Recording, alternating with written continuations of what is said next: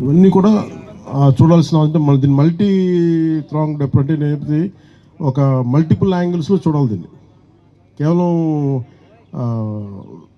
తిరిగి ఏముంటుందని ఈ పూడికలు ఒక్కటే కాకుండా అసలు టోటల్గా ఎక్కువ పొల్యూషన్ కూడా ఏదైనా ఉందా, అది ఏదైనా సరిగ్గా ఆ గట్లు సరిగ్గా లేకపోతే దాని తాలూకు దీంట్లో సీపిన్ అయిపోతున్నాయి. ఇవన్నీ కూర్చొని ఒకసారి మాట్లాడాలి.